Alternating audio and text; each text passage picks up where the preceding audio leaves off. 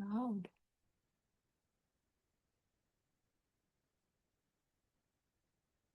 All right, welcome back. We are ACI Course 11, Class 2. It is January 15th, 2023. Let's gather our minds here as we usually do. Please bring your attention to your breath until you hear from me again.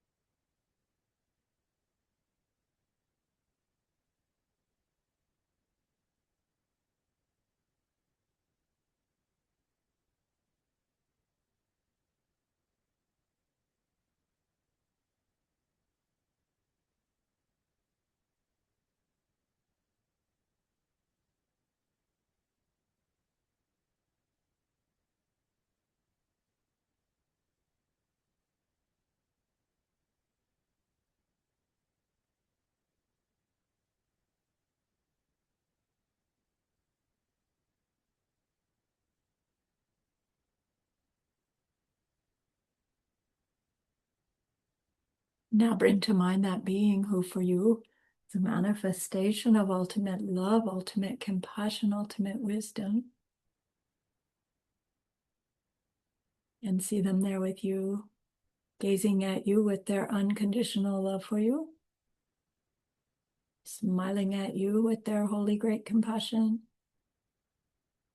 their wisdom radiating from them, that beautiful golden glow encompassing you in its light.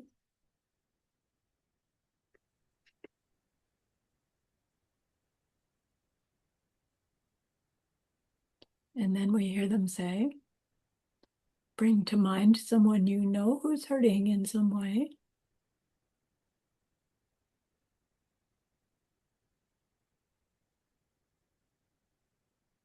Feel how much you would like to be able to help them.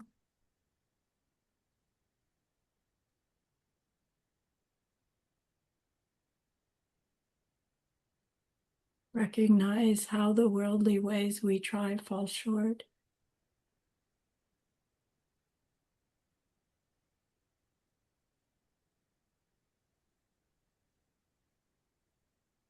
How wonderful it will be when we can also help them in some deep and ultimate way, a way through which they will go on to stop their distress forever. Deep down, we know this is possible. Learning more and more about karma and emptiness, we glimpse how it's possible.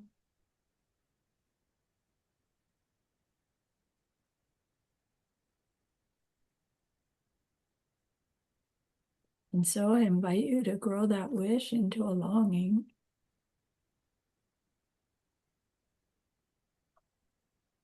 And that longing into an intention.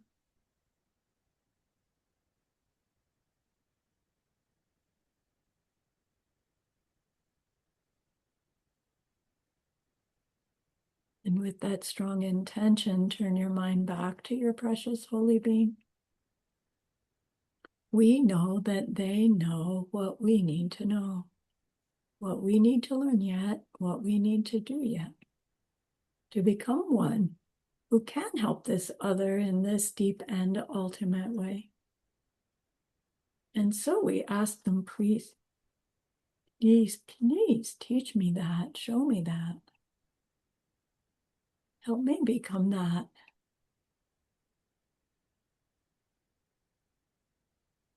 And they are so happy that we've asked. Of course, they agree. Our gratitude arises. We want to offer them something exquisite. And so we think of the perfect world they are teaching us how to create. We imagine we can hold it in our hands and we offer it to them, following it with our promise to practice what they teach us, using our refuge prayer to make our promise. Here is the great earth, filled with fragrant incense and covered with the blanket of flowers. The great mountain, 4 lands, wearing the jewel of the sun and the moon. In my mind, I make them the paradise of a Buddha and offer it all to you. By this deed, may every living being experience the pure world. Idam Guru Ratna Mandala Kamniryatayami. I go for refuge until I am enlightened to the Buddha, the Dharma, and the highest community. Through the merit that I do in sharing this class and the rest, may we reach Buddhahood for the sake of every living being. I go for refuge until I am enlightened to the Buddha, the Dharma, and the highest community. Through the merit that I do in sharing this class and the rest, may we reach Buddhahood for the sake of every living being. I go for refuge until I am enlightened to the Buddha, the Dharma, and the highest community. Through the merit that I do in sharing this class and the rest, may all beings totally awaken for the benefit of every single other.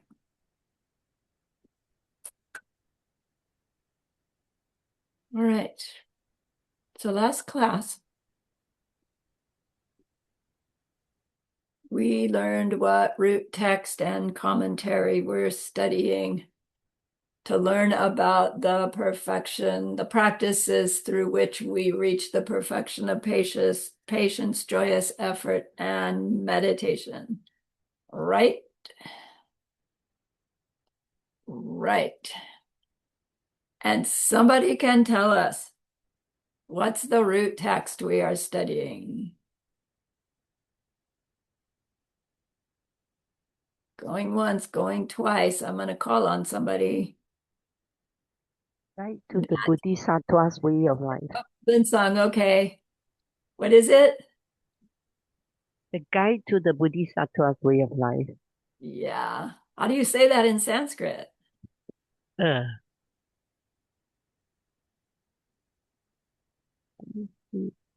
Bodhisattva. That's a good place to start. Bodhisattva, no. Sharya. Charya, yeah. Charya. Avatara. Avatara. Right. Guide to the Bodhisattva's way of life.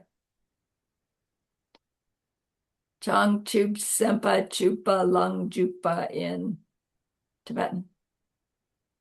And then we have a commentary that Jetsun Kappa wrote, right? No, good. Somebody else wrote it. Yeah. As soon as you say yes, you get to be the one who answers. So who wrote it, Natty? Joseph J. Right, Gyaltsab J. Dharma. And he wrote a text called the Root Text on Wisdom, right? No, he wrote some other text that's a commentary on the Guide to the Bodhisattva's way of life, right? Natty, you win again. What's the name of that one? It's a commentary, the entryway for the children's of victorious Buddhas. Perfect. Perfect. Gyaltsang Jinyok. Too hard to say in Tibetan. We'll leave it for English.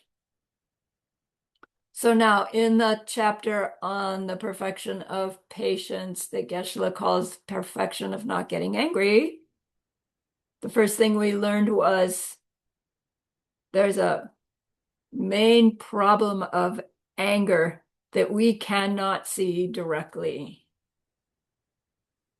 And that main problem of anger that we can't see directly is the fact that a single instant of anger focused at a bodhisattva destroys thousands of eons of good karma that we have previously amassed. And then there's that like parenthesis that says, and we don't really know who is and who isn't a bodhisattva.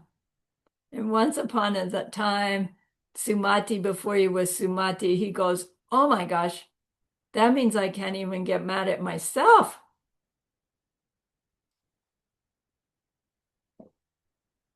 Yikers. But really the point of that is that what we don't understand about anger is that when we learn to stop getting angry, we stop destroying our goodness, and then our reality changes for the better. It starts to get better.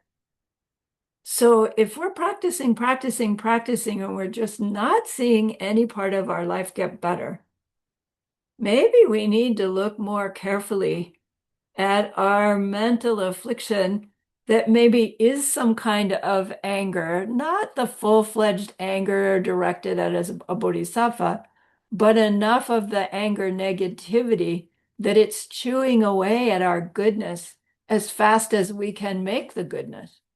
And so we're not seeing the results of our practice because there's some, I don't know, maybe it's just chronic irritation or chronic frustration or chronic something else that we're not lumping into the mental affliction anger because it's not, I'm mad at you. It's something more subtle. So that's the point of this whole chapter, is that Master Shantideva and then Gyaltsab is going to point out all these little ways in which we are still blaming things that are unpleasant on other things, and so are in some way upset with the things that cause the unpleasant things. And as long as we keep doing that, the likelihood of our world getting better and better and better is remote or smaller, not completely not possible. So then your quiz asks to quote the lines that describe the immediate cause of anger and the usefulness of it, which is, that to me, those words don't actually describe what those two verses are, but the two verses are, in the situation of something unpleasant, if there's something you can do about it, why should I feel upset? If there's something I can do about it, why should I feel upset? And if there's nothing I can do about it, what use is feeling upset? Makes sense, doesn't it? Easier said than done, but only because of our mental habit and the belief that stays because of mental habit. No, they did that to me. The more I agitate about blaming them, about doing that thing to me, somehow that's going to solve a problem. And it doesn't. It just destroys our goodness. And if we understood that, would we let ourselves have the luxury of about them doing that to me? We wouldn't. If we could see directly that every time I go back through that again, I'm making my future less pleasant. If I really saw that, I'd quit doing it, I think, right? If I really knew that pounding my big toe with a hammer was the reason why my toe hurt, I'd go, oh, I'll stop doing that. Unfortunately, it's not that obvious. Did I lose you? Okay. So what logic supports the idea that we can develop patience even towards great suffering? He didn't really give us a logical syllogism. He gave us an explanation, which is Master Shantideva's recurring theme, that the way we react to anything is based upon our habit of reacting that way. And the way that we like are viewing where things come from is based on a habit of viewing them that way, having never before sufficiently checked to see if that habit is consistent with reality, I guess. So he says all of our experiences and how we respond to those experiences are simply mental habits.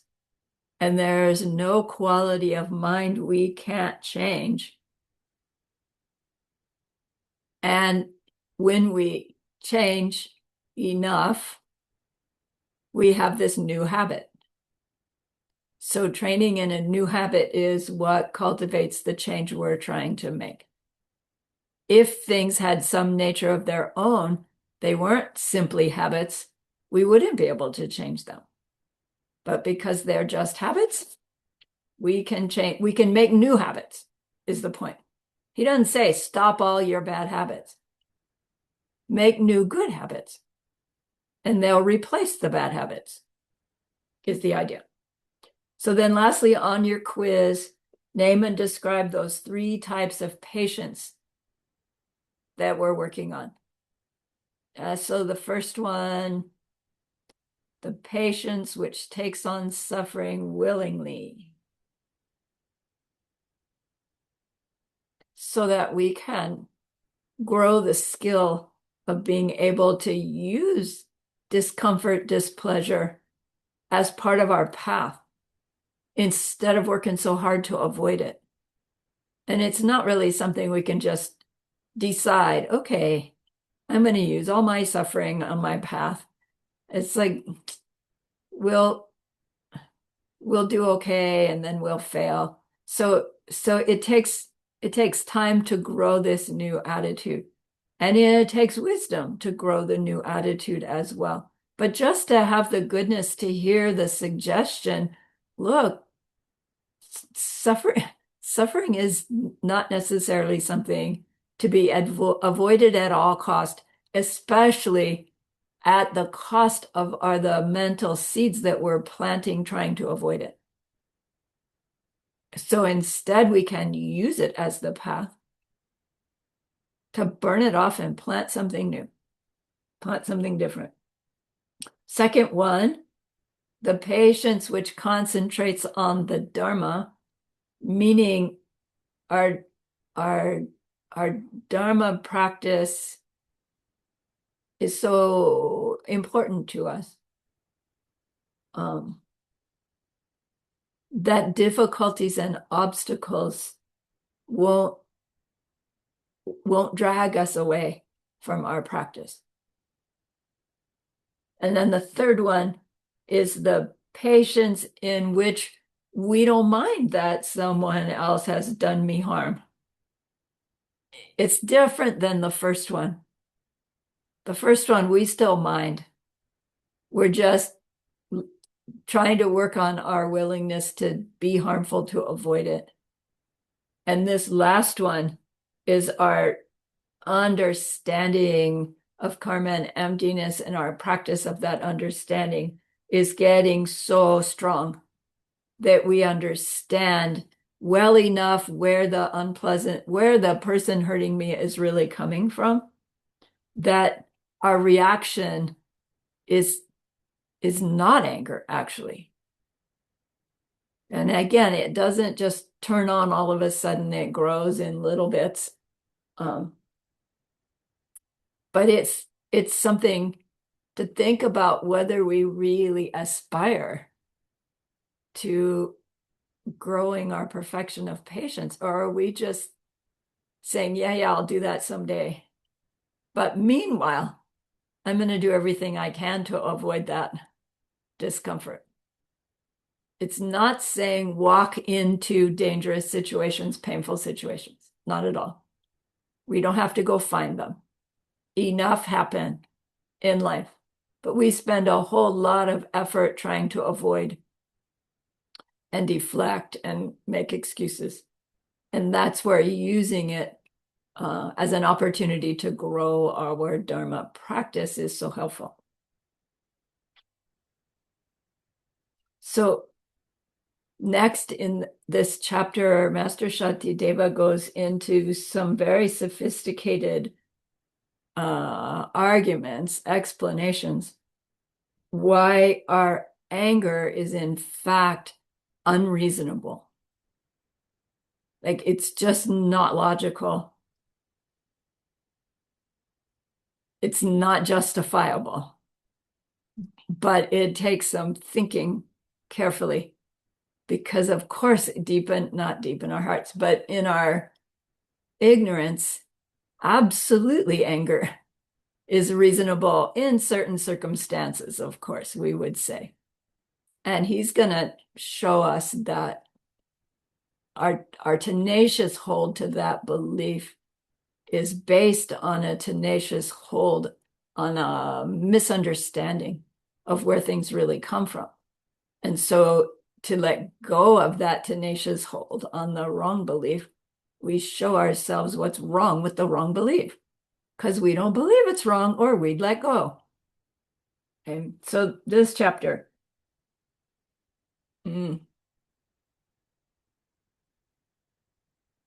is part of this chapter. Let me see if I learn this new thing.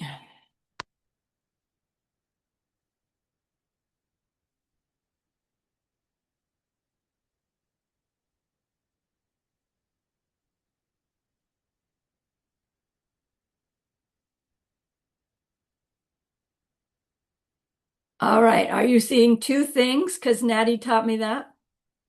And you know what? I'm seeing all of you and I'm seeing my two things. Woohoo!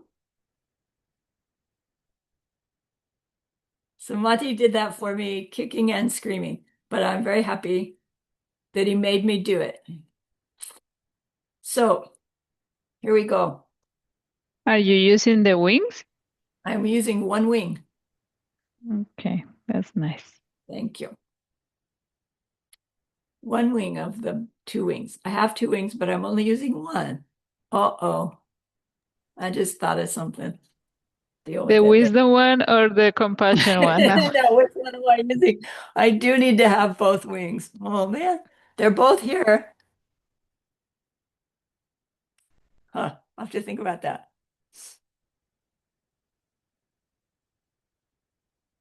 All right, so Master Shantideva is building up his argument for why we get angry in the first place and why we justify it.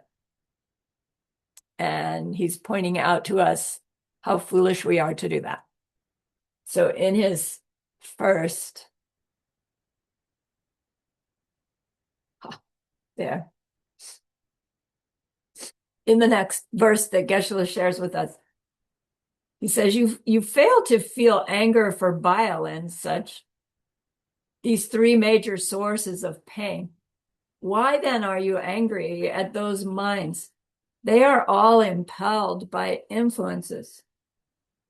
So in Tibetan medical theory, they say we have these three basic elements that maintain our health, which is bile and phlegm and wind, these energies, and they're supposed to be in a balance, not meaning like all the same, but meaning shifting in according to the current need and according to what the others are doing, but always in such a way that there's this fluid addressing the need of the organism. But and that manifests as health. Actual health, that state where these are in this fluid changing balance, is quite rare.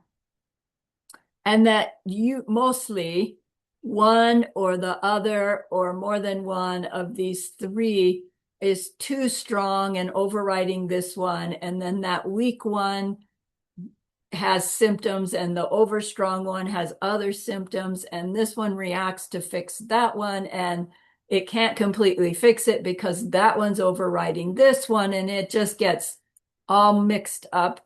And when it's all mixed up, we, the organism, get headaches and chronic coughs and back pain and right, all these different things.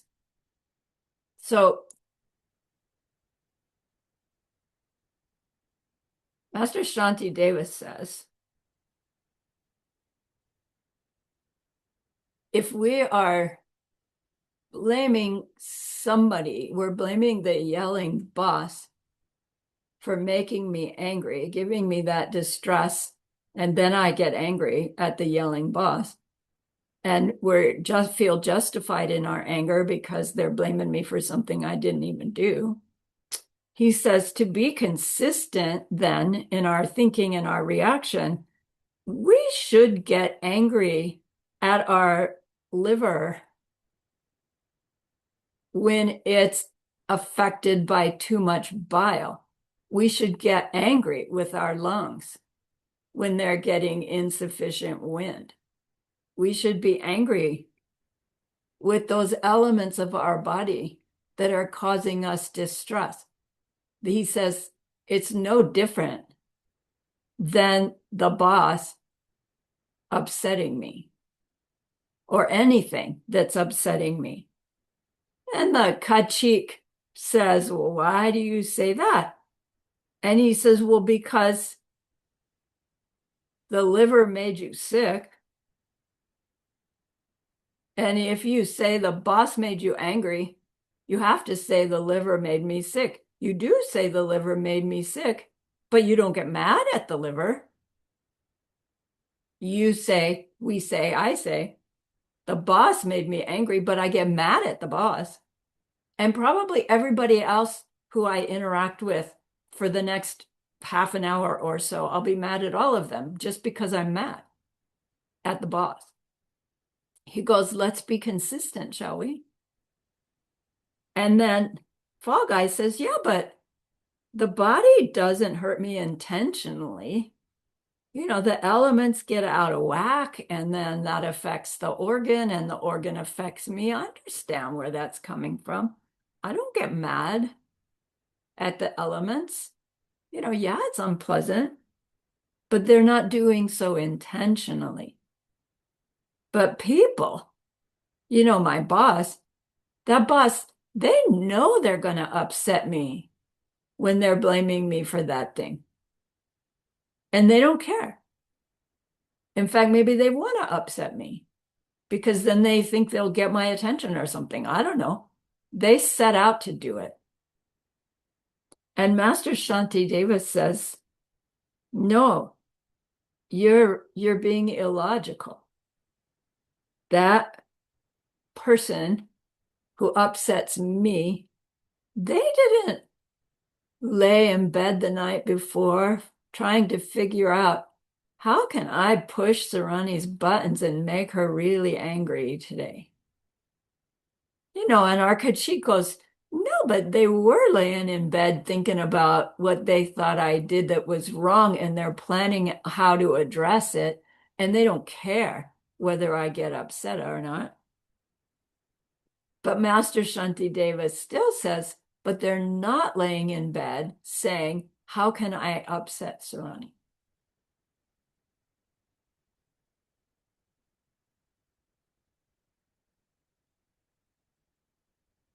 When somebody is having behavior that does upset me, and my anger comes up, it comes up uncontrollably, and their mental affliction that they're acting from, it comes up just as uncontrollably. That other has a mental upset and they react to it. And I seem to be the brunt of that reaction. And then I have a mental affliction and I react to it. So if they are not in control of their mental affliction and their reaction to it,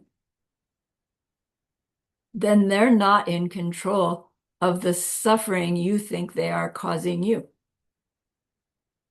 Are they? In the same way that my liver is not in control of being affected by the bile such that it's causing me sickness. And it's really hard. It's like, no, there's a huge difference between my annoying, awful boss and my liver. And he says, well, actually, not.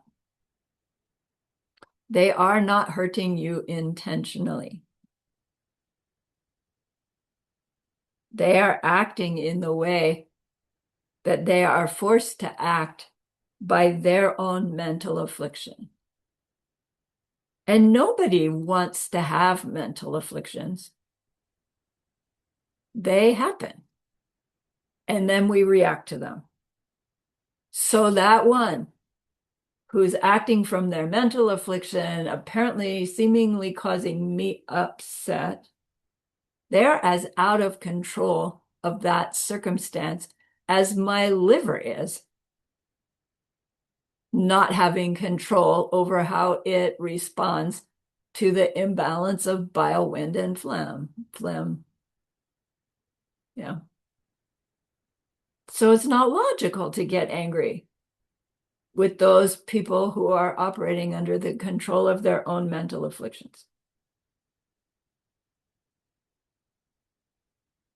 It's like, okay, I hear that in my head. In my heart goes, not so much. Which is why we take these as contemplations. We think about them. We chew on it. We think about what we know about imprints in and imprints out for growing our future, gardening our futures. And we keep in mind those pieces about there are effects of anger that we don't recognize, and there are effects of anger that we do recognize. And so we're building.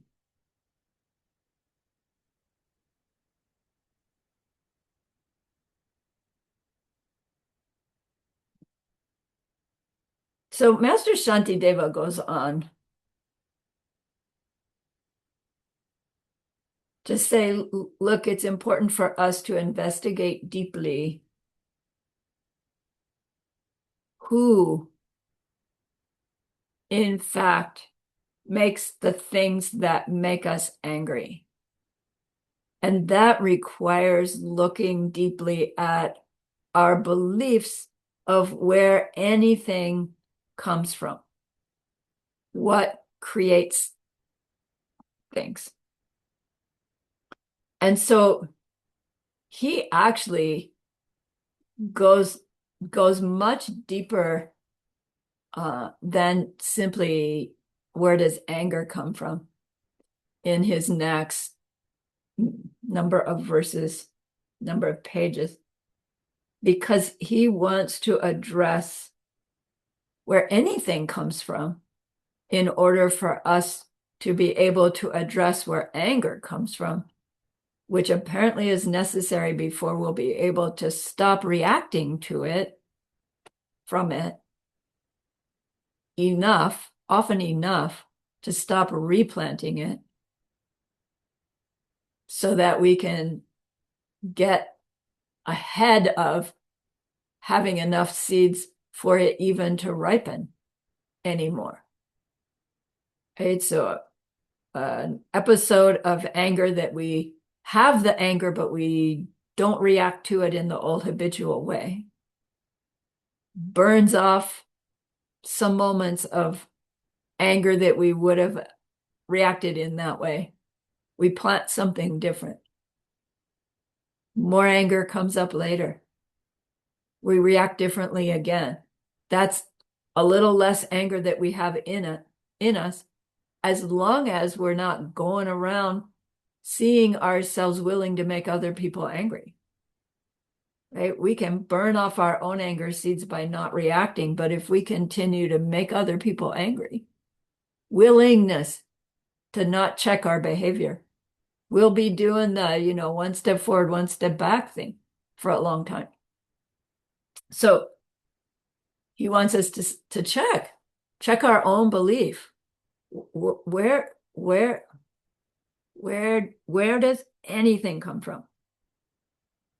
So Geshe-la said, in this next half an hour of class, listen carefully. The first 20 times I listened to it, it's like, I don't quite get it. But listen carefully, listen to it again and again if you need to. I hope it's obvious at the beginning. We're talking about anything that we believe is the cause of any level of getting upset, from full-on horrible anger to just the teeny little irritation that's starting anger. If we know where it comes from, if we know its cause, we should be able to stop it, stop creating the causes for it. If we don't know its cause, we won't ever be able to stop it. So, who made traffic jams? Who made yelling buses?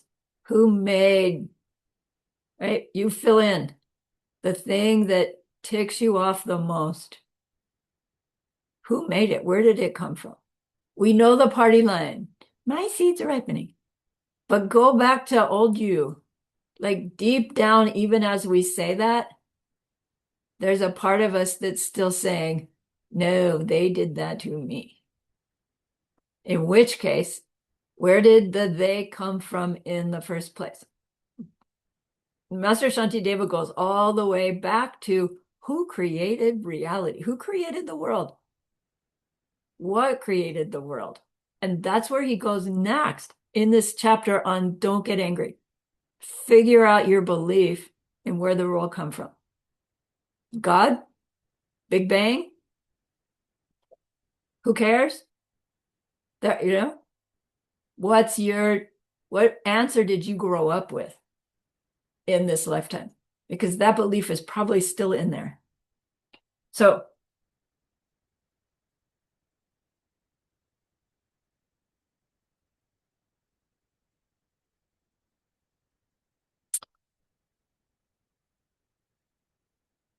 Master Shantideva giving this lesson apparently was a public forum, not just Buddhists.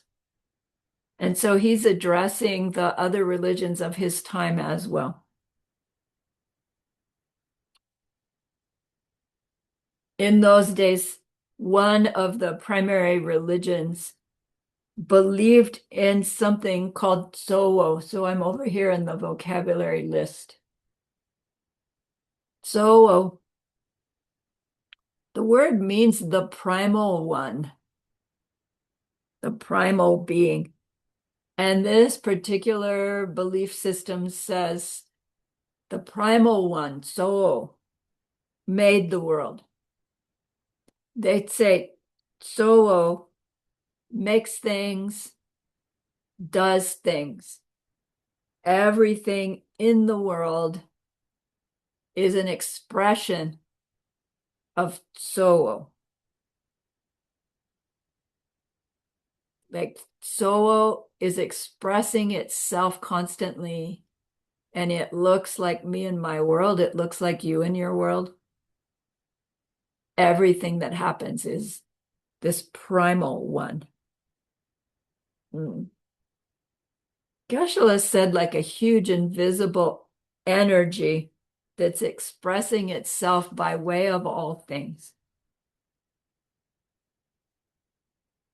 Sowo is apparently continually creating things. But when you ask them, well, where did Sowo come from? They say, no one made Sowo. He or it, I don't know what pronoun they use, is beginningless, uncreated, unchanging, and permanent. and continually creating things. What's wrong with that picture? Beginningless and uncreated, that's fine. Unchanging, that's fine. Permanent, if we agree with them what's meant by permanent, that might be fine as well. But then also continually creating things. Is that possible? Why? Because to create something that wasn't there is now there. You had to have changed by being the one who hadn't made that before, and now you have it. You had to have changed. So he's not saying, look, that soul that you're talking about, no, nah, can't be. He's saying, look, it's just not consistent. Not reject it, although we do. It's just, let's be consistent here in our explanation of what soul is.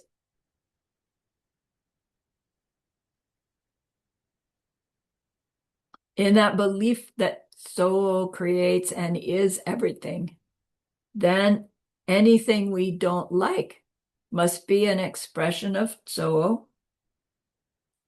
That's what made the boss angry, that made me angry. Thank you, soul. I have somebody to blame. I can blame soul. Good. Right? Takes it off me. I didn't even do that, boss. Soul did it.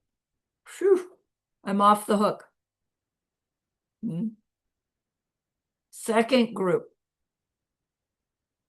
They say doc. Doc with a capital D.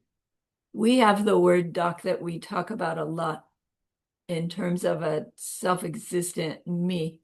And here it's the same idea, but here the doc is like a self-existent original being thing. In Sanskrit, Atman. But again, not the Atman that they apply to any individual, but Atman with a capital A. The Atman. Like the original.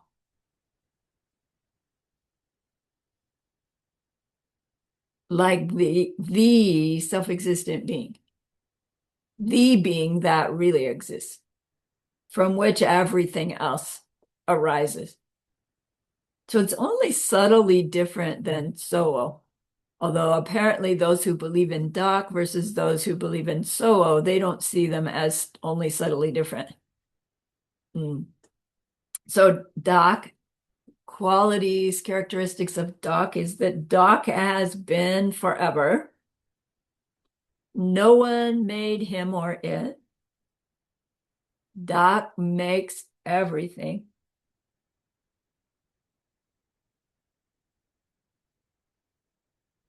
He or it is the oneness which experiences all things. And its qualities are unchanging, permanent, eternal, and responsible for everything that happens in the world. So the Tibetans give another word for Doc, which is this one, Sherab Kikebu, Sherik Kikebu, which they define as the original mental being, like the original mind.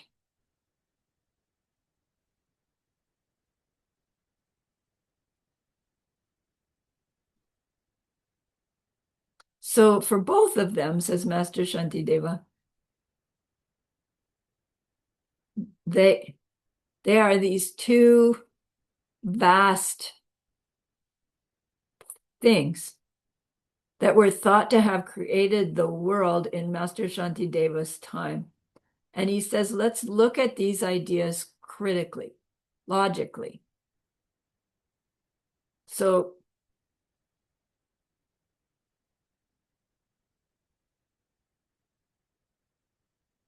currently, people favor our world was created by God, or they favor our world was created by the Big Bang. Or maybe we're in the category of, I don't care. No, it's not an answerable question, so I don't care. But Master Shantideva says, if we truly want to reach nirvana or Buddhahood, we need to get a good grasp on the answer to this question, because we want to be able to find those old beliefs, like from lifetimes maybe, of beliefs that colored our behavior, that planted our seeds even before we knew about seed planting behavior, that are still coloring the way we react to things and believe in things, even when intellectually we're saying, no, I believe in seeds planting, seed ripening. But deep down, we've got these powerful, many, many powerful seeds from a belief in God or Big Bang that we don't even realize maybe that they're in there. So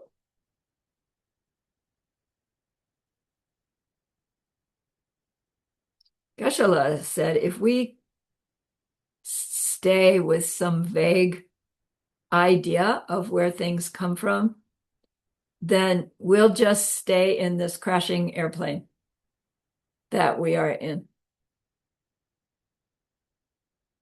So let's go through the possibilities. As little kids, we ask, who made God, Mom? And she goes, nobody made God. Nobody needed to make God. And then, I don't know, it's not logical to the little kid. And finally, Mom says, look, quit asking. Why? Why did that guy die in the bus accident and not the other guy? Well, he was sitting on the right side. The right side got smashed. Yeah, but why? Was he on the right side, not the left side? Yeah, but why wasn't he wearing his seatbelt? Yeah, but why, Mom? And finally, we grow out of that because we don't get satisfactory answers, right? And we finally quit asking and just go to church or just do whatever. And we grow up and we learn to play along, right? So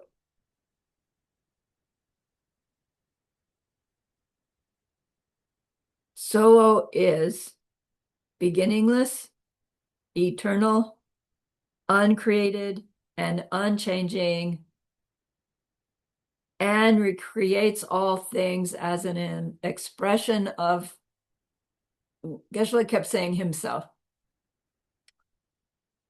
Dak is also beginningless, eternal, uncreated, and unchanging, and experiences all things on his own accord without relying on anything else. Like, it doesn't make sense, does it? We hear the English words and it's like, okay, but wait a minute. How is that possible? Because of our study, our level of study. So that means either one of these beings is all of existence creating itself. Not meaning both of them together are creating. This one for that group, this one for that group. Master Shantideva says, if that's true, That's a result of a cause, isn't it? If current experience is, this is so, that's a result of some cause. Zoo's cause from Zoo's side, my cause from my side, we know. But even if we didn't know that, every moment of existence, every experience has to have a cause.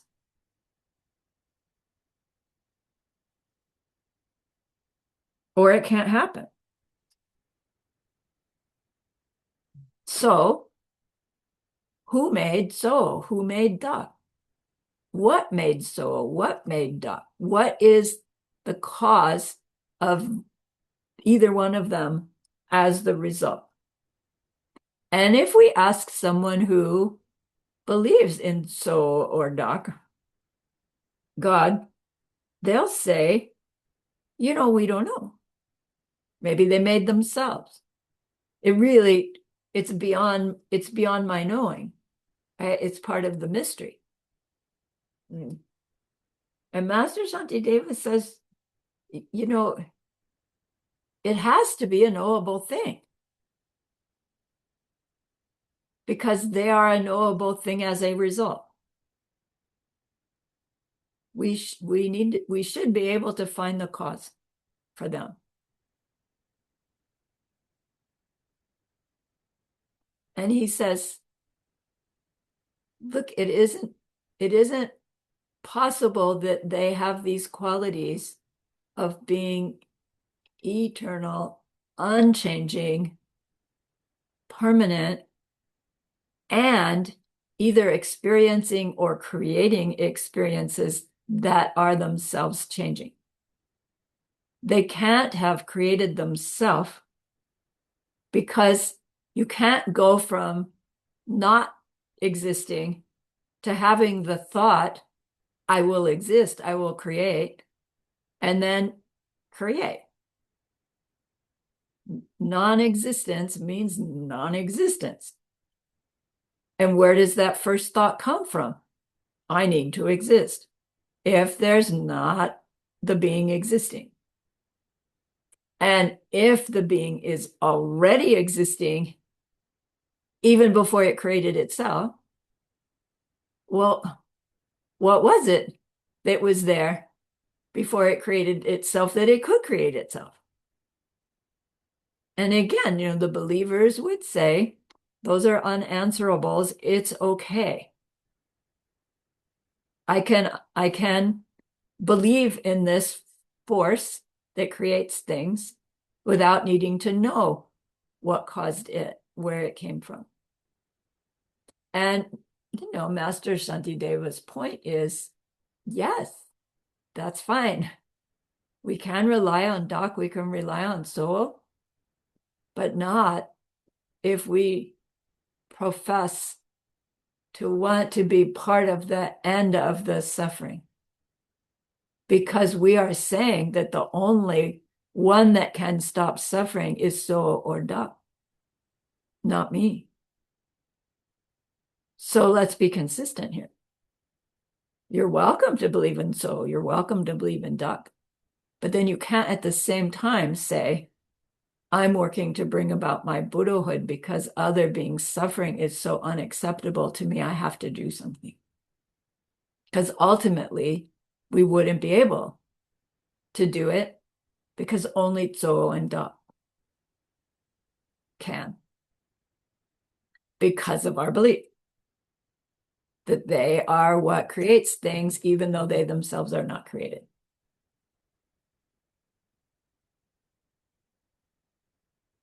So we have these terms in English: eternal, permanent, impermanent, and changing. And they're important terms for when we get to Course 13, actually.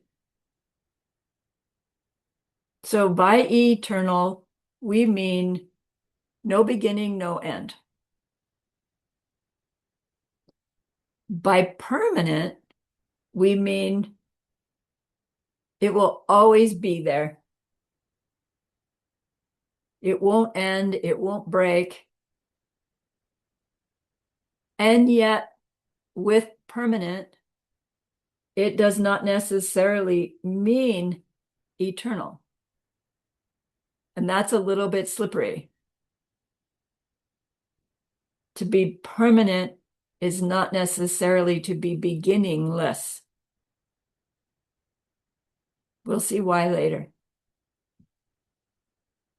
Then impermanent means something that will break, will end. And changing means something that's fluctuating constantly. Like it's almost never the same. And that would make a good debate. Is don't you have to be the same for the fraction of an instant that you experience in the moment? And yet when you try to pin down just exactly what is that moment that I'm experiencing something or myself, we can always cut that moment smaller pieces. So any changing thing is changing so constantly that when we delve into it deeply, it's like, whoa, I can't even find the thing that's changing so constantly because it's changed by the time I think I found it. That's one of the ways we find our not self-existent me, is you go looking for the one that's there long enough to say, found it. And by the time you do, it's gone. And when we can like step into that and go without fear of disappearing, we're getting close. So Geshe-la posed some questions to us, like riddles. Give me something that is changing and eternal. Changing and eternal. Eternal is no beginning, no end. Changing is never the same 2 moments in a row. What Humans. existing thing? No, humans. Minds. Mind streams. Minds, mind streams, right? The mind. Your mind, my mind, anybody's mind has always been, will always be, but is constantly changing, constantly perceiving, and every perception changes it. We can't have a perception without our mind changing just by having the perception. Right? Now, if we apply wisdom to that, oh no, perceptions aren't perceptions, they're projections. Same argument. With every projection, the mind has changed in projecting that. With every imprint, the mind has changed with that imprint. Every moment of mind has come from the moment before, which I don't know. I'm not sure that I agree with that it's this moment to that moment to that moment in my mind versus that moment and this moment and this moment. Like, why is there not a gap? But later. Every moment of mind had a moment of mind before it that pushes, no, that's not right. That we know because we have the moment of mind now. And that means every now moment of mind, there will be one that comes next. So now give me something that's eternal, but not changing. Unchanging. Eternal and unchanging. No beginning, no end, no change.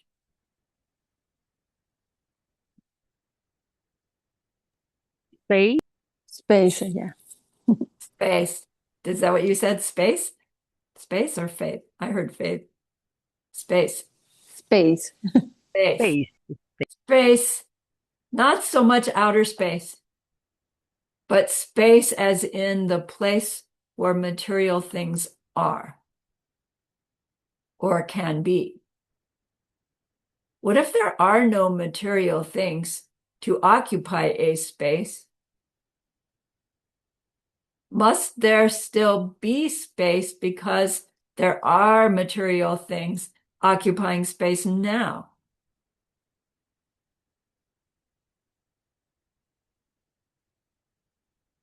That's a hard one. It's like, wait, how could there have been space with no material things that define it as space? But the material things don't define it as space. They either occupy it, technically, they either occupy it here or they occupy it over there or over there. Material things don't have the option to not occupy space somewhere.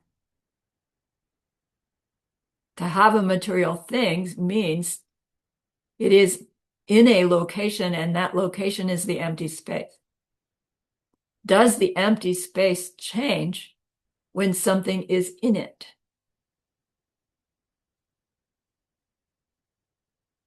Is the empty space no longer empty when something is in it? Yes. But has the space changed to something else? No. Because if it changes when the pen occupies the space, then the pen's not in the space for the pen anymore, and it would be pushed out. Here's space. No pen. Here's space with the pen in it. The space is unchanged. Pen in it or pen out of it. Now it's over here. That one didn't move over there. The pen is now occupying this space. It really is tricky because our mind wants to say, no, with the pen in it, it's different than it was before. But it can't be. Unchanging. Unchanging and eternal. No beginning, no end. Empty space. What? There wasn't ever a time when there non-existence, annihilation, nothing at all. Is it possible to have existence now and having had absolute non-existence? No. No. How do we define an existing thing? That which is perceived with valid perception. So if non-existence were, it could only be established by some perception, which means there was something or somebody perceiving it, which means non-existence wasn't non-existence after all. Impossible. Which means if we have material reality now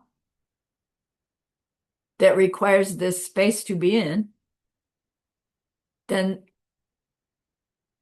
there has always been space. Did it always look like our space? I don't know. Eternal and unchanging. Empty space. So what Lama, is... sorry, one question. Why is changing from empty space to occupied space not a change? Because the space itself doesn't push the object out, which it would if it changed by being occupied.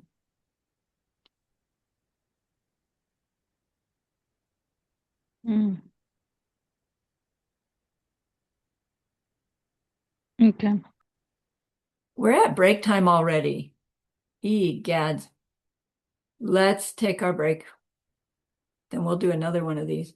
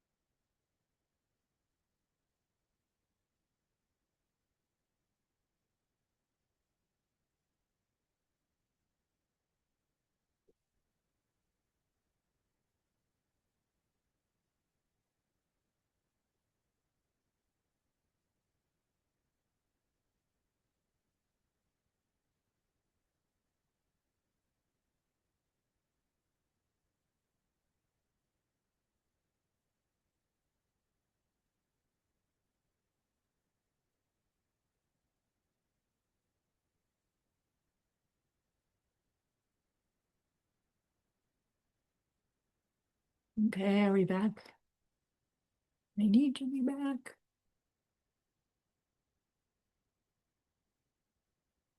So give me something that's permanent and changing.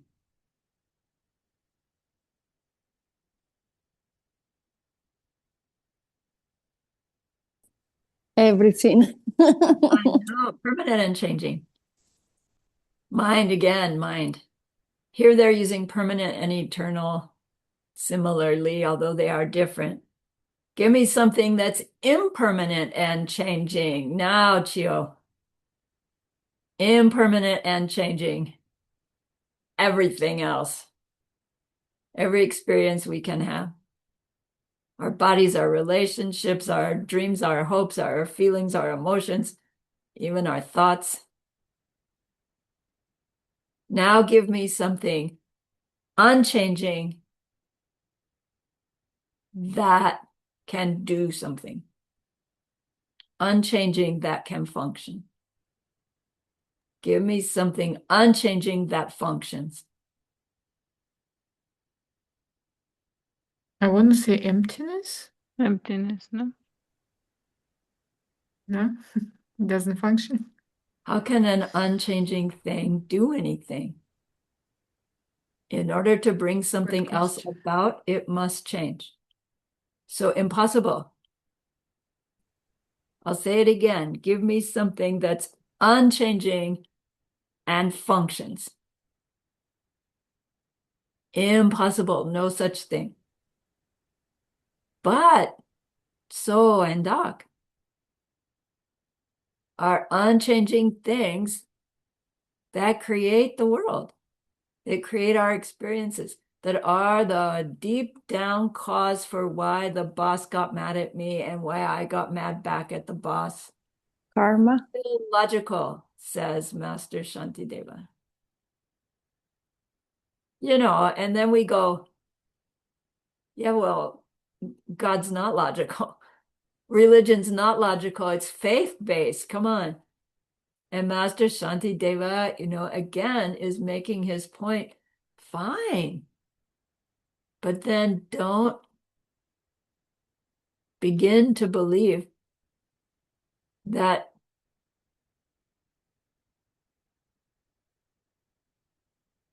we can stop suffering, that we'll even do what needs to be done in order to stop our own suffering, let alone all of it.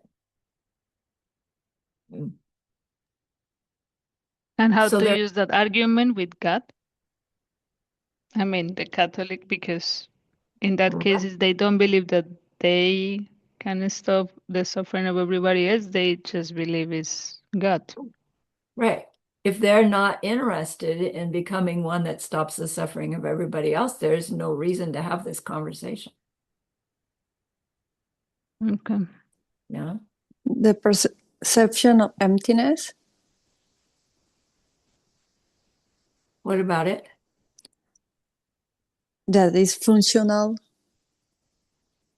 And we can change everything. Yeah, right. It's a long debate, actually, to say that emptiness functions because to perceive it directly changes us inexorably.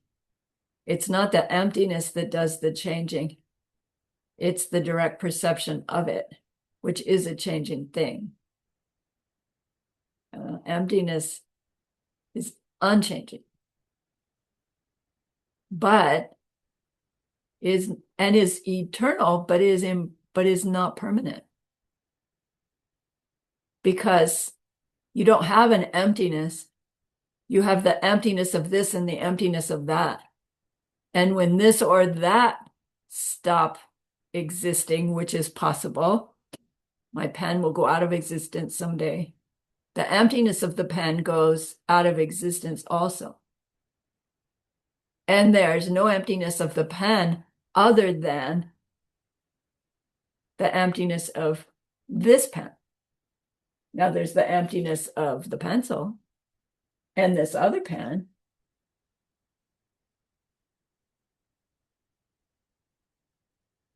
That will disappear when the pens disappear.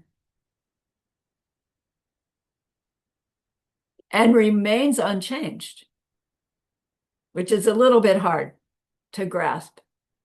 If the emptiness of the pen goes out of existence, hasn't the emptiness of the pen changed? No, it didn't change to go out of existence. There's just nothing to be empty anymore. Just poof. But there's still the emptiness of me and my glasses and my hair and my you and my this, right? There's still plenty of emptinesses around that are equally unchanging,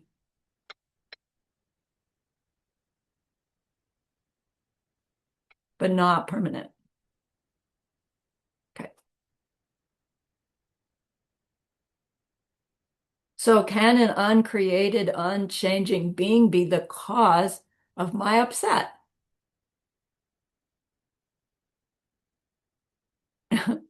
Chio still goes, maybe. It's like, no, I just showed you. That's impossible. Can so or dot come from nothing? No, nothing comes from nothing. If either of those beings is changing, they had to have a cause. Changes are caused by changes. Caused things affect other things. The reason something's as a result wears out is because the cause for it wears out, and so now there's no more result. As the cause is creating the result, the cause is changing. When there's not enough cause for that result anymore, there's no more result. Things change because their causes change. All things change that come from causes because the result coming out of a change, out of a cause, changes the cause.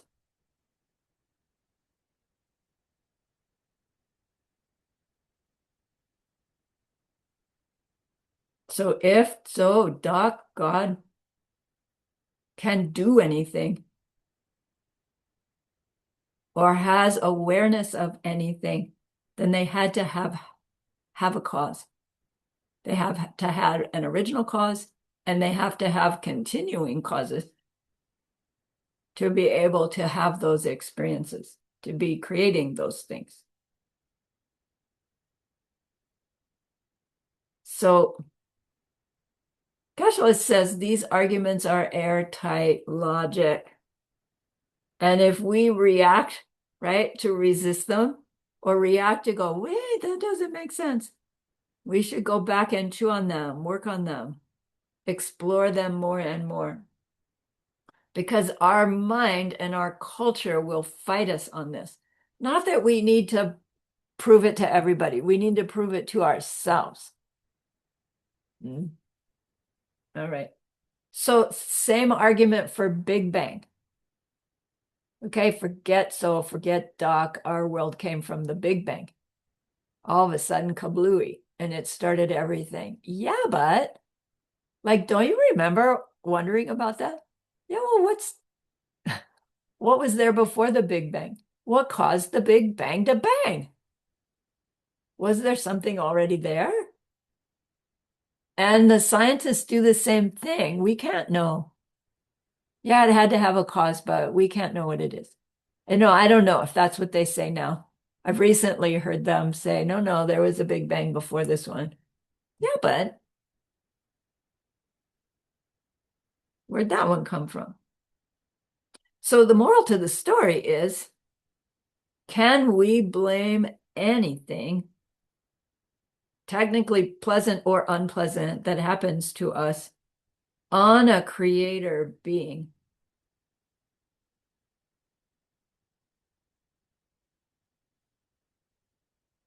If we do, we are blaming our experience on the horns on the head of a rabbit. They use that term to mean on an impossible thing, a non-existent thing.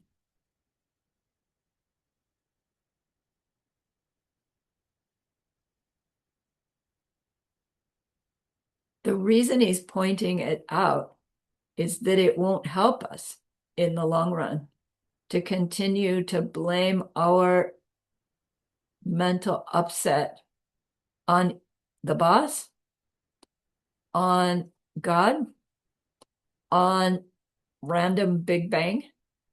It doesn't help us to find blame anywhere other than my own past behavior. He doesn't go into proving it's our own past behavior to this audience. I mean, he's going to talk about it in Wisdom chapter a little bit. Thank goodness we've had the punchline explained to us enough that we can even explain it to somebody else. But deep down in our heart, if we're mad at the boss for making me upset, we are not believing, right? We are not colored by that wisdom yet. What does it take to get fully colored?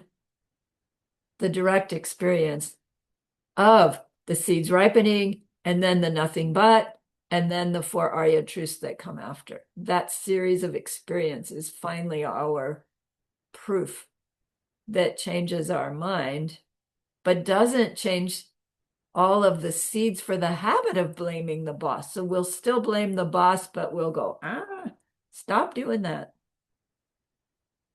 and be able to react differently.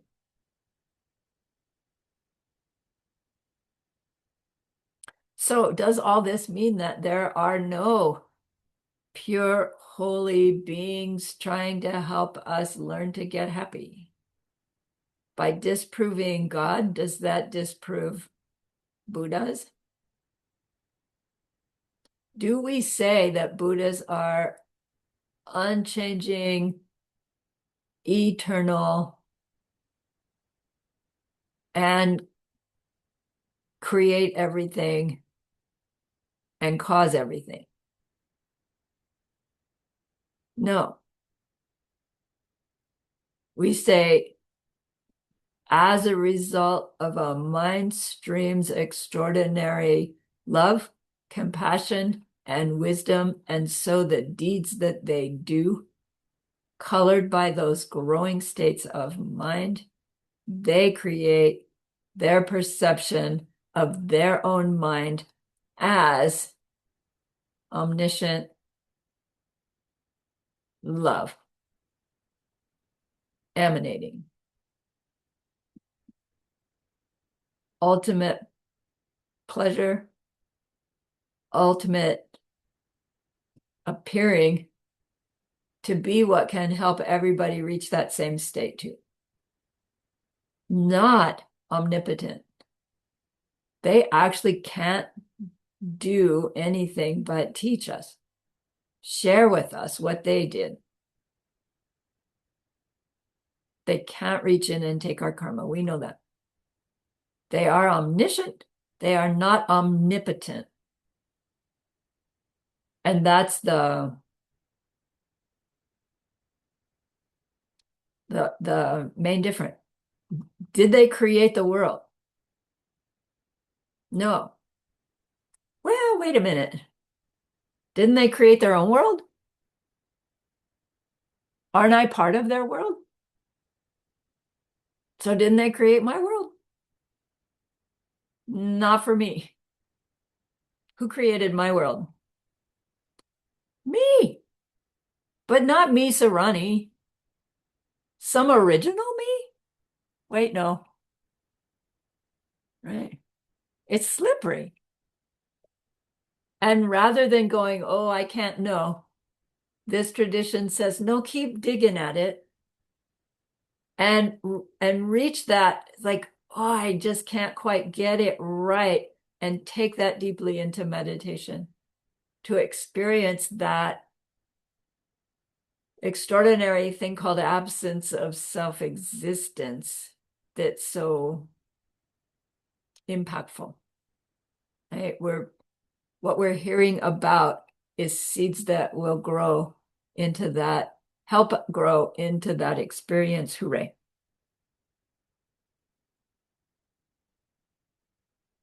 fully enlightened beings have been created by causes, and they perpetuate themselves with causes.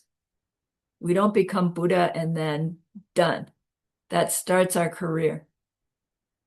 It needs to be perpetuated, and it will effortlessly be perpetuated. Okay, so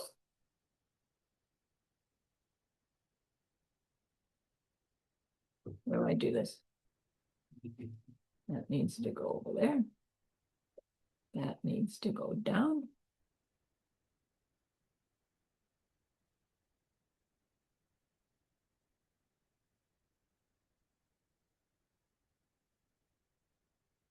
I'm going to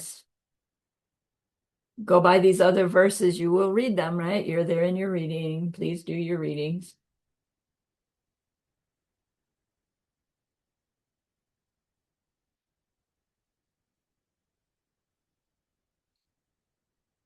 Here's his verses about who created the world.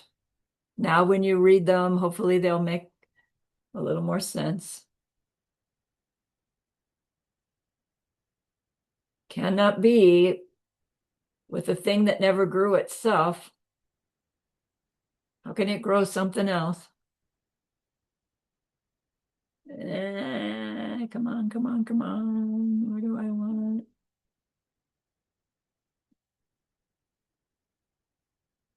There's the one I'm looking for.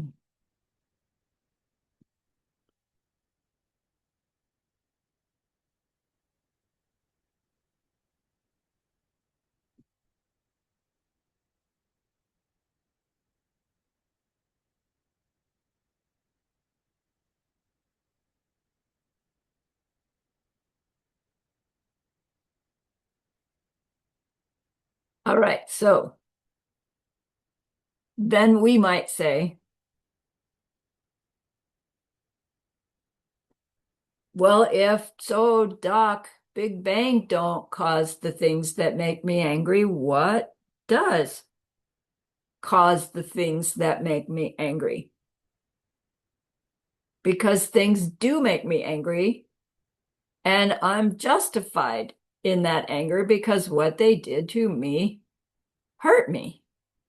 And Master Shantideva says, there are those who, having lost their senses, hurt themselves by themselves with thorns and such, or to get a woman or the like. They become obsessed and then do things like refusing to eat food.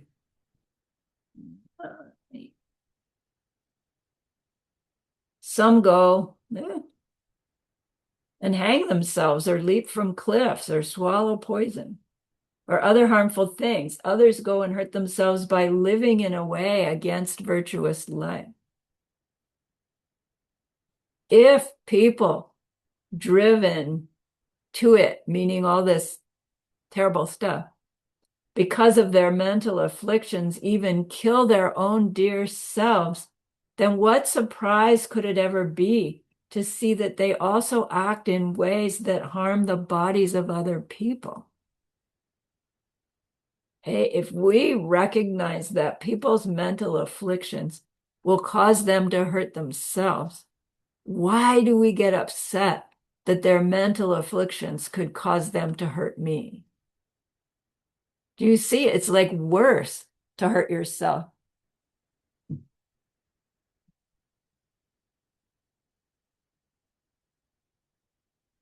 Arkachik has said, no, I'm right to be angry.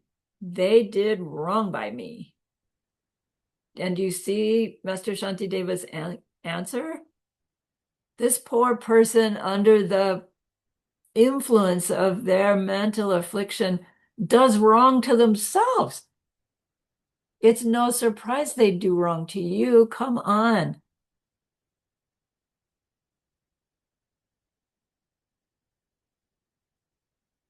Don't hurt them because of it.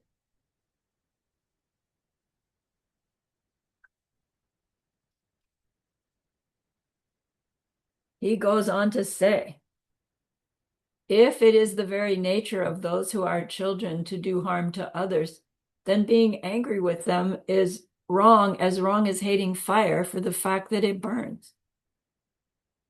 So when we use the word children, chiva, here it is in the vocabulary, you can see.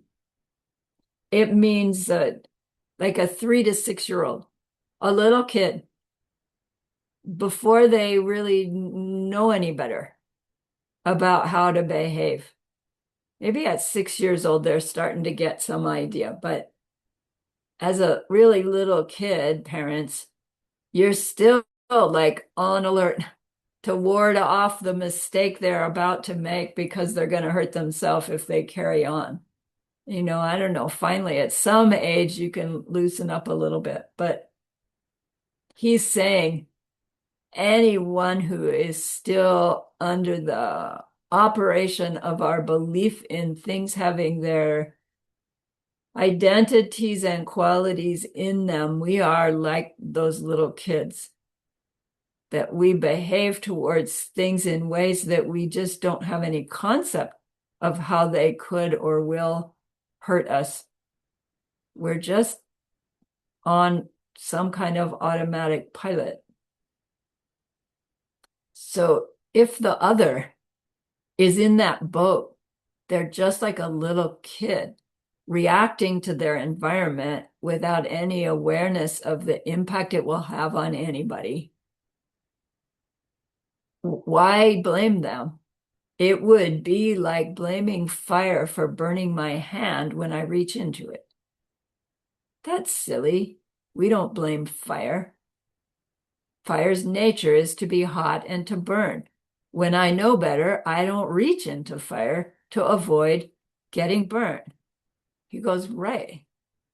Same with the 2-year-old that looks like you're yelling angry boss. They're just like fire. It's like, no, they're not. They're an adult. They should know better.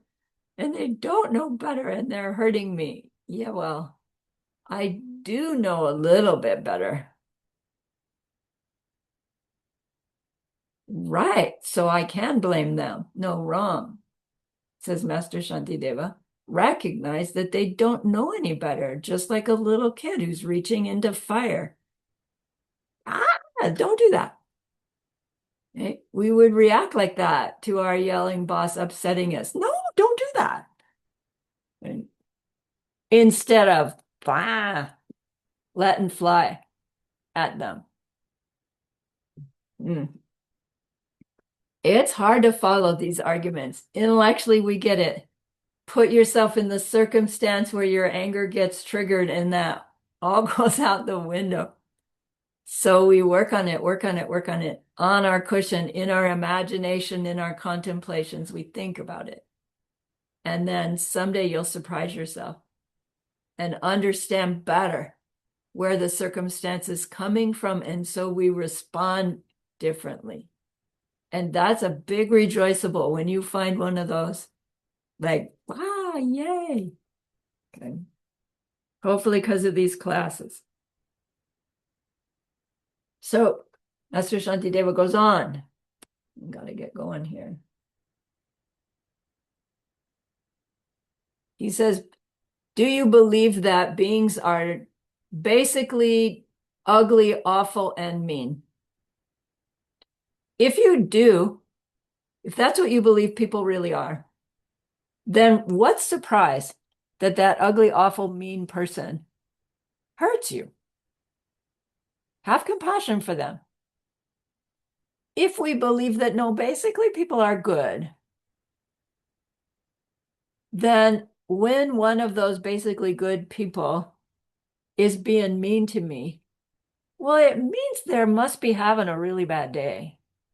Something must be really off for them that they're acting like this, because deep down they're good. You know, Geshe says, like, every mom whose son has been found to, be an axe murderer, it's like, oh no, my son, he's a good boy. He just slipped up. Cut him some slack. And everybody else is going, right? So what's our belief? Do we believe beings are basically good, or we believe that they're basically rotten? either way, if we're being consistent with our belief, we wouldn't act badly towards them. Because we expect it from one and we feel that the other one's having a hard time. Mm. If the nature of living beings is to be thoughtful, then all their faults are occasional, and being angry with them is wrong too. Wrong as hating the puff of smoke in the sky. We know it'll just come back to hurt us.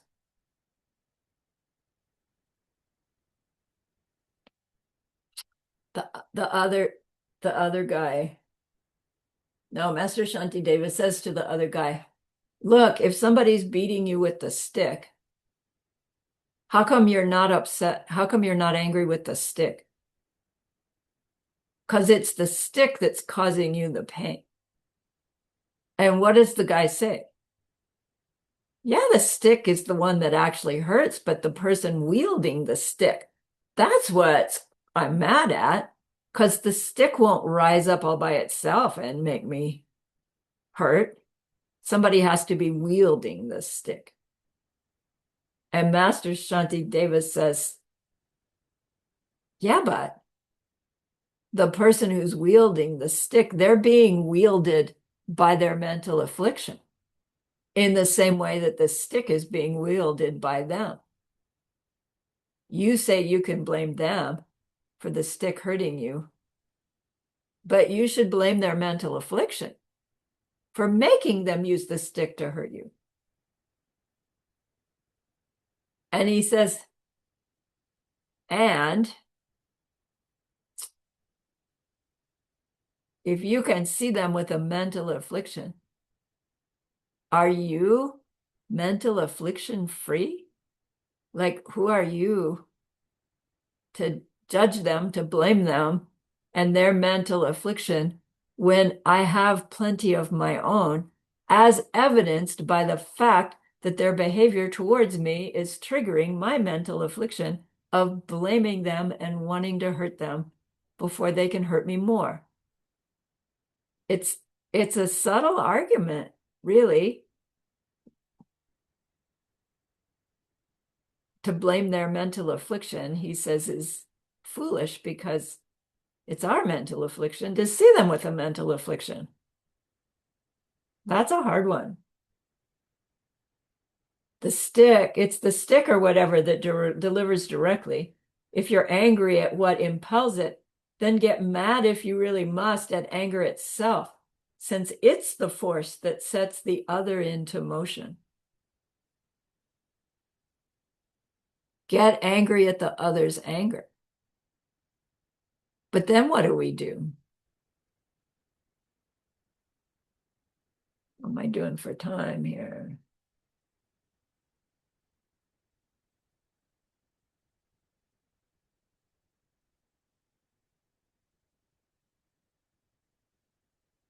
So now Master Shantideva is saying to us, if I can see another acting from their mental affliction of anger in terms of in order to harm, acting from their mental affliction of anger to harm others as if that will stop the anger.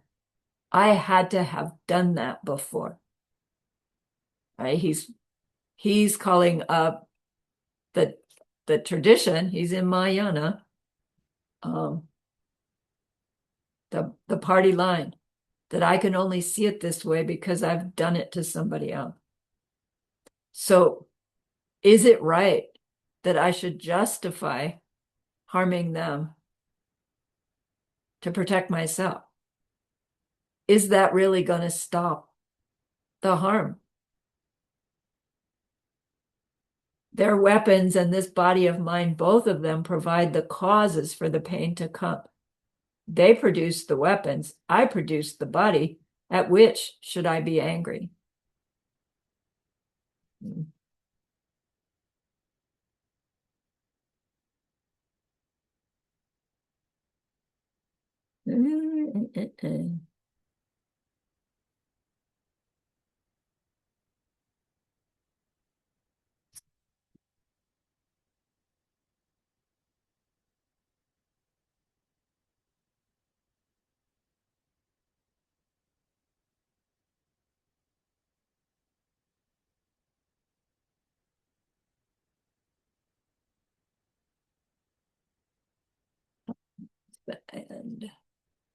Mm.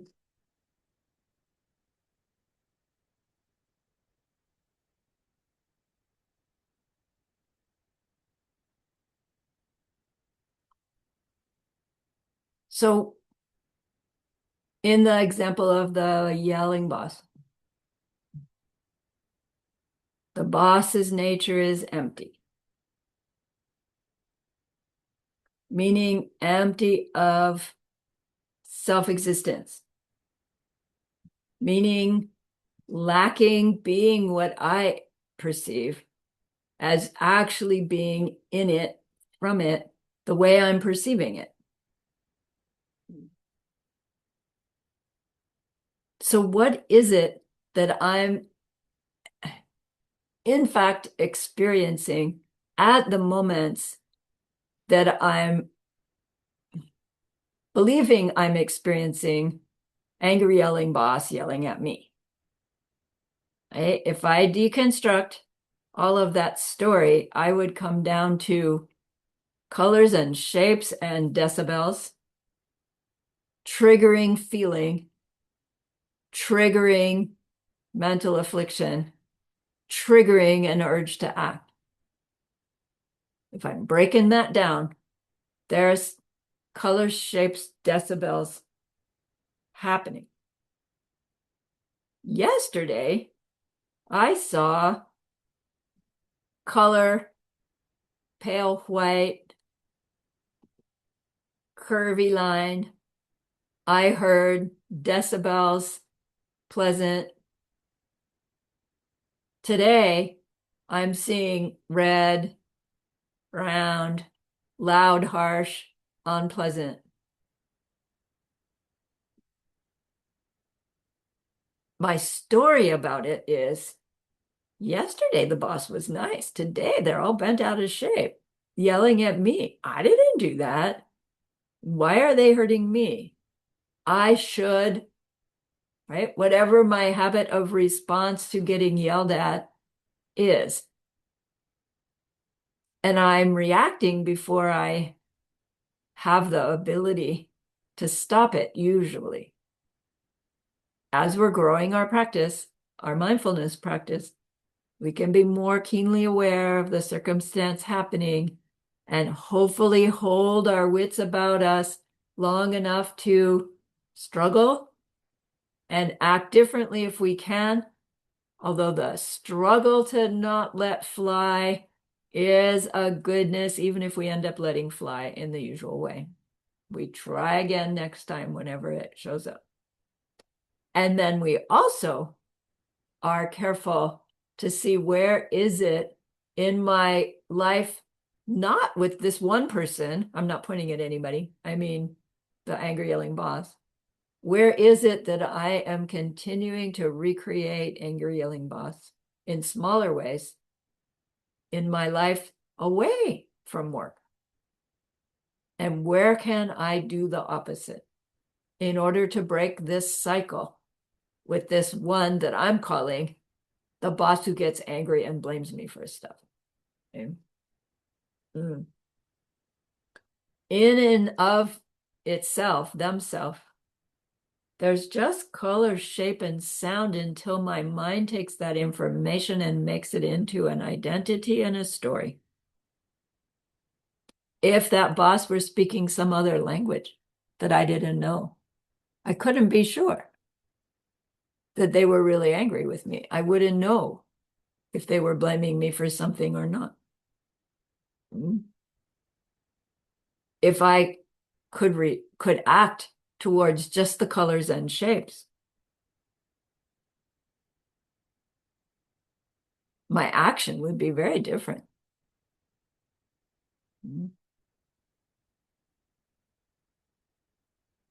So our wisdom conclusion we're trying to grow is this ability to recognize that there is no loud, angry, forceful yelling at me boss other than the one my mind is forcing me to interpret in that way. And when that's the case, who do I blame? My own mind, that's forced to experience that as ripening results of way I acted before. Now, maybe with that wisdom, I'd be able to say, okay, let's ripen these seeds. Let's just bring them on. Keep yelling, keep blaming. I'm not gonna do it. I'm not gonna yell back. I'm not gonna blame. And then maybe from our side, we just let them yell it out so that we've burned off all of those seeds.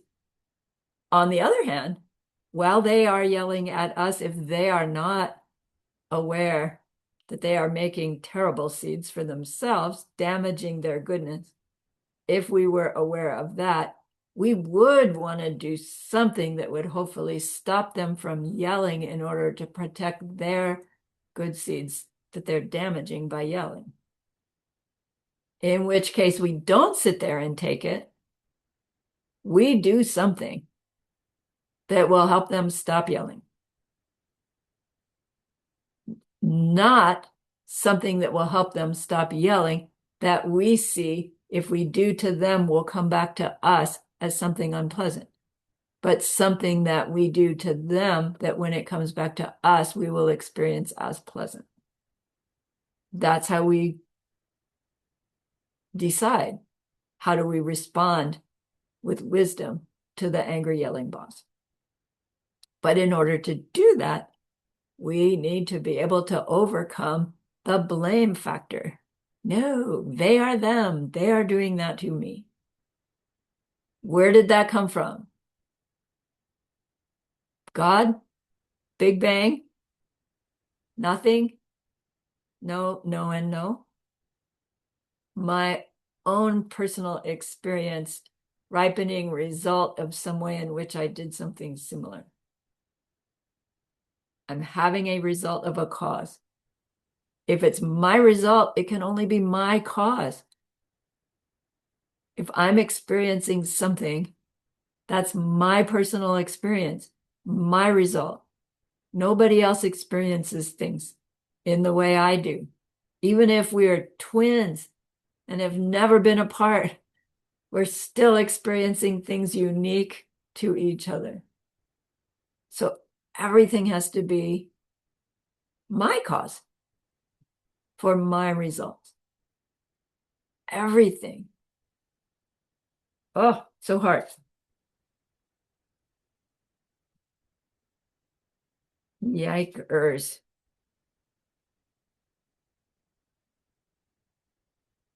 So when we are experiencing those colors, shapes, and decibels, and our story is forming about what they're blaming me for, and with that forming story is the feeling, right? Probably this. And from the feeling goes, I want to avoid, I want to push away, I want to stop. And from that comes all the other factors that make me up, which at that moment is going to be, I don't like you, right? I need to stop this. And I yell or I cry or I blame or I, whatever I do. What's compelling all of that?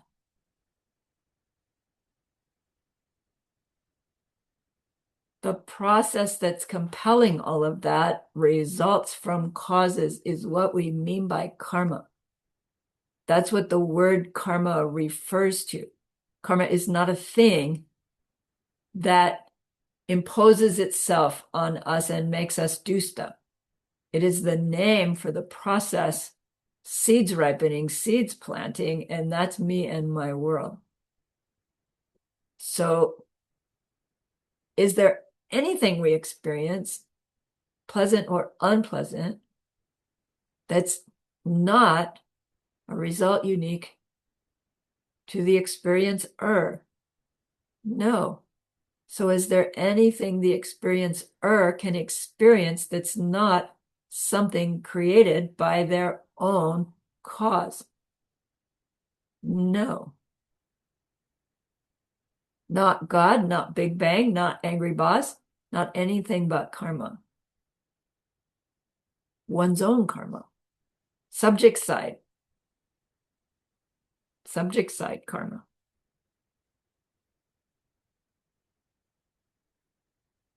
So the only way to get the angry yelling boss to come back is to be like the angry yelling boss to somebody else, whether it's the angry yelling boss or the dog or the neighbor or the bus driver or the traffic or the anybody. Get angry at anybody else, and we make more beings angry at us. This life, future life, growing, those seeds growing. So Master Shantideva says, come on, wake up. Our very world is created by the way we react to everything in our world. So who's the creator of your world? You. You, Natty, you, Katja? No, you, the subject side of every moment of existence, which happens to be Natty, Katja, Dinara, Sarani, right now. But in some past life was, Joe or Barbara or, whatever a dog calls itself, I don't know. The subject side. Subject side always. You are the creator of your world. So as long as we keep reacting negatively to anything we experience, we are creating a world that it will get uglier and uglier. Stop reacting negatively and watch your world get nicer.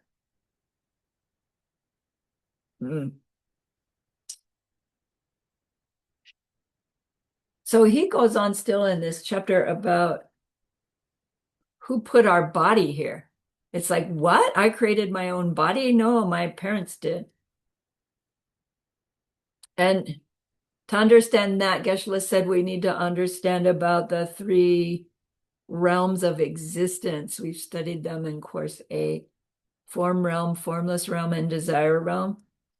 We understand that as humans, ignorant humans if you are, and I don't know for sure, we create a desire realm. The desire realm's nature is nothing but suffering. And it's like, no, it's not. Mostly my life is good, right? A child smiled. Strawberries, no, we had raspberries and yogurt last night. It was delicious. There's all kinds of pleasant things in my world. But as we know, they wear out. They turn moldy, right? The yogurt spoils after a really long time.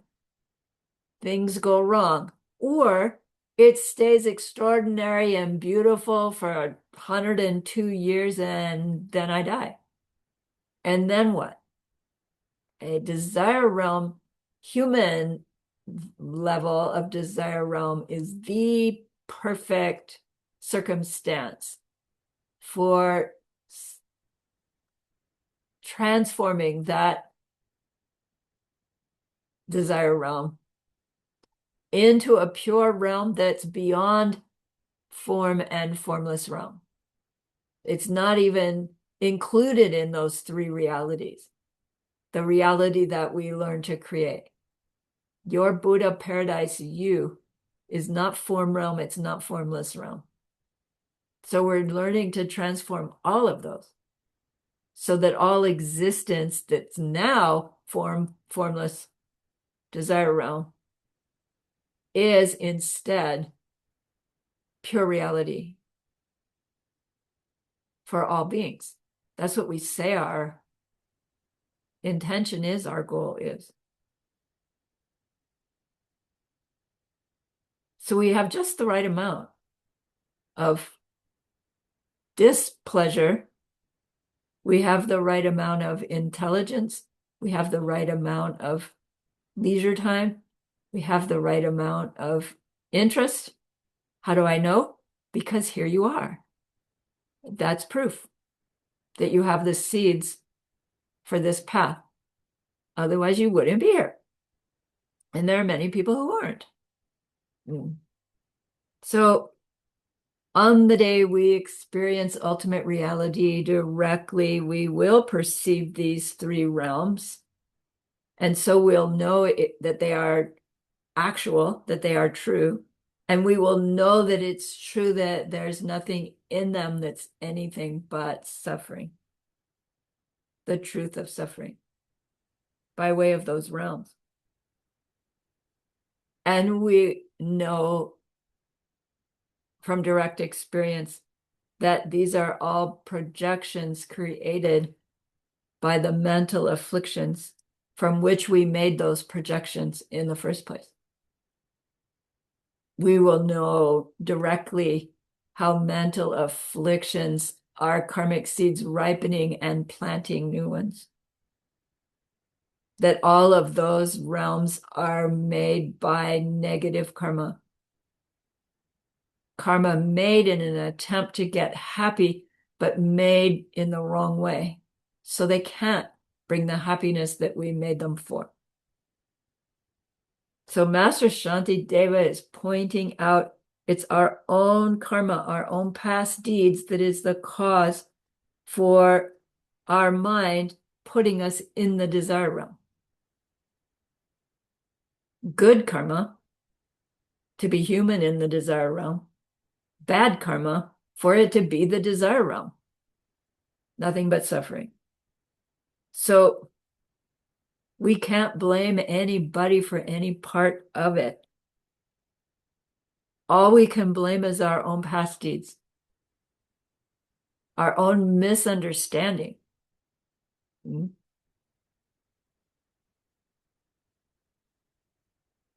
And the lamas point out that, in fact, we must like it here, especially after we've heard the Dharma at the level that we have in this life.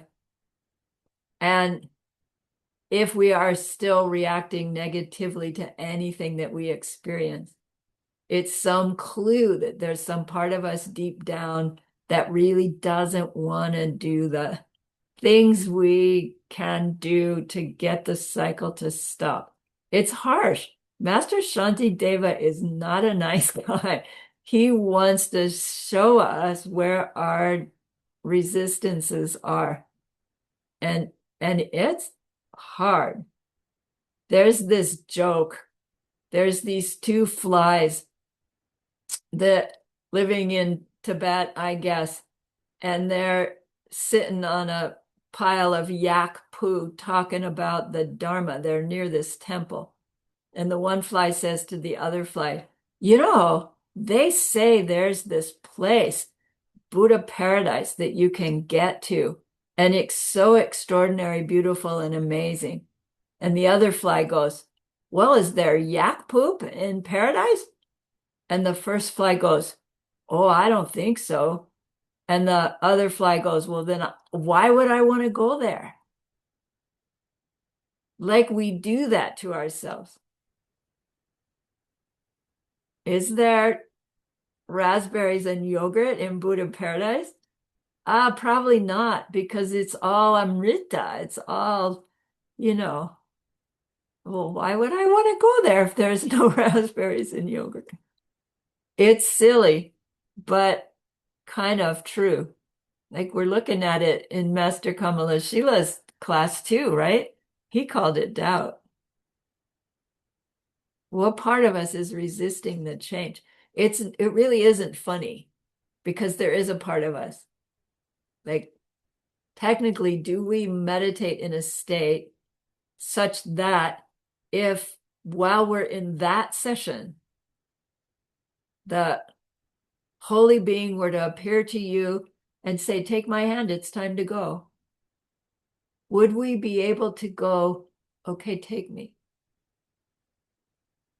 Or would our mind go, no, I have to tell David. No, I didn't, right? No, what about my kids? No, right? The fraction of an instant of a no is like poof, gone. We have those disbeliefs inside. Okay.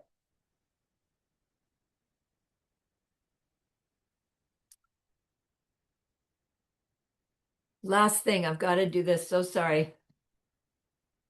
On your vocabulary list, there are these 4 words. Nupo, mitakpa, dujepa, and jepa. Nupo means a functioning thing. Something that makes something else happen. Mitakpa means a changing thing, often imprecisely translated as impermanent, but that is not precise enough. Changing. Mitakpa. Technically, not unchanging, which is significant. Du jepa, a caused thing. And jepa, a produced thing.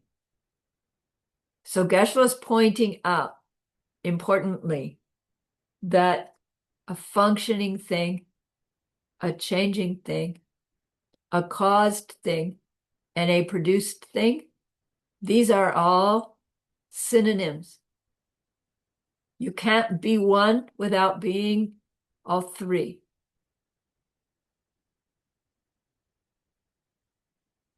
Functioning, changing, caused by something else, produced by something else, producing something else, right? Cause, result, cause, result, cause, result, cause, result. No cause without its result. No result without its cause.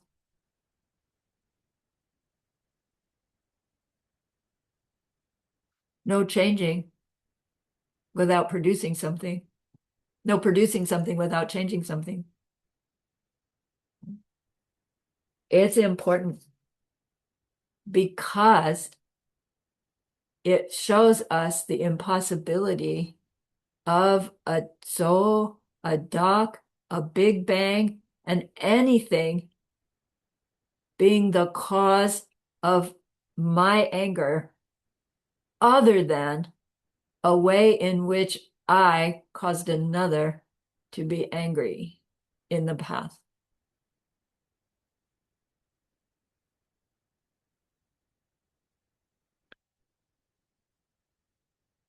So the real path to freedom, says Geshe Michael, starts with the realization that the only thing that created our world was our me, right? Your me for your world and my me for my world.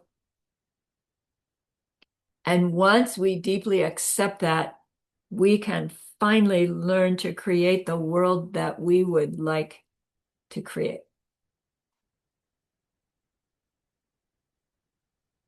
That's why we're doing these classes. So hooray. Be happy with yourself. That you are on the path to creating your world in the way that you will not suffer. And that's a great, great goodness. So please think of this goodness like a beautiful glowing gemstone that you can hold in your hands.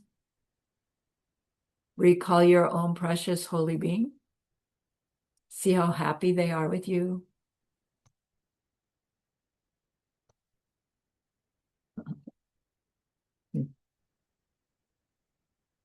Feel your devotion to them, your reliance upon them.